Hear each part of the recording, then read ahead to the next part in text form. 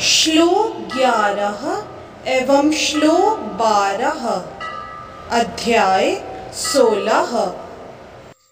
चिंताम् अपरिमेयां च प्रलयान्ताम् उपाश्रिताः कामोपभोगपरमा एतावदिति निश्चिताः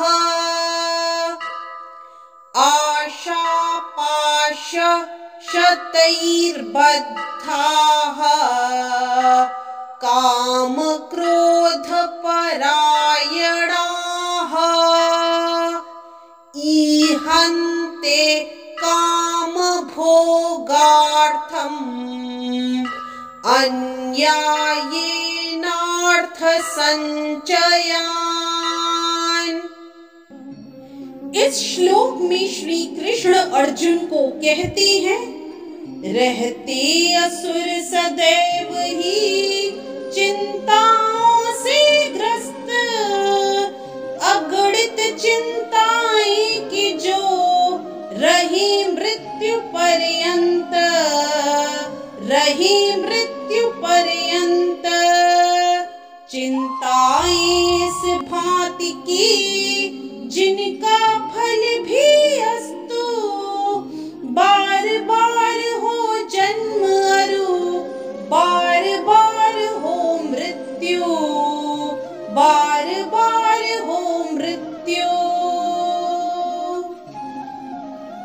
इस श्लोक में श्री कृष्ण अर्जुन को कहते हैं, उनका विश्वास है कि इंद्रियों की तुष्टि ही मानव सभ्यता की मूल आवश्यकता है। इस प्रकार मरण काल तक उनको अपार चिंता होती रहती है। वे लाखों इच्छाओं के जाल में बंधकर तथा काम और क्रोध में लीन होकर इंद्रिय तृप्ति के लिए अवैध ढंग से धन संग्रह करते हैं। यदि इस श्लोक का विस्तार करें तो आसुरी लोग मानते हैं कि इंद्रियों का भोग ही जीवन का चरम लक्ष्य है और वे आमरण इसी विचारधारा को धारण किए रहते हैं। वे मृत्यु के बाद जीवन में विश्वास नहीं करते। वे यह नहीं मानते कि मनुष्य को इस जगत में अपने कर्म के अनुसार विविध प्रकार के शरीर धारण करने पड़ते हैं।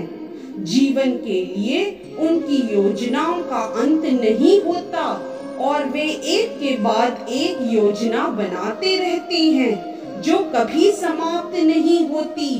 हमें ऐसे व्यक्ति की ऐसी आसुरी मनोवृत्ति का निजी अनुभव है, जो मरण काल तक अपने वैद्य से अनुनय विनय करता रहा कि वह किसी तरह उसके जीवन की अवधि 4 वर्ष बढ़ा दे, क्योंकि उसकी योजनाएं तब भी अधूरी थीं।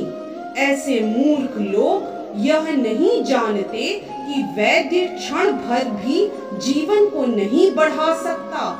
जब मृत्यु का बुलावा आ जाता है तो मनुष्य की इच्छा पर ध्यान नहीं दिया जाता। प्रकृति के नियम किसी को निश्चित अवधि के आगे क्षण भर भी भोग करने की अनुमति प्रदान नहीं करते। आसुरी मनुष्य जो ईश्वर या अपने अंतर में स्थित परमात्मा में श्रद्धा नहीं रखता, केवल इंद्रिय तृप्ति के लिए सभी प्रकार के पाप कर्म करता रहता है। वह नहीं जानता कि उसके हृदय के भीतर एक साक्षी बैठा है। परमात्मा प्रत्येक जीवात्मा के कार्यों को देखता रहता है। जैसा कि उपनिषदों में कहा गया है, एक वृक्ष में 2 पक्षी बैठे हैं। एक पक्षी कर्म करता हुआ टहनियों में लगे सुख दुख रूपी फलों को भोग रहा है और दूसरा उसका साक्षी है। लेकिन आसुरी मनुष्य को न तो वैदिक शास्त्र का ज्ञान है, न कोई श्रद्धा है। अतएव वह इंद्रिय भोग के लिए कुछ भी करने के लिए अपने को स्वतंत्र मानता है, उसे परिणाम की परवाह नहीं रहती। इस तरह से श्लोक 11 एवं श्लोक 12 अध्याय 16 की व्याख्या यही संपन्न होती है। हरे कृष्ण।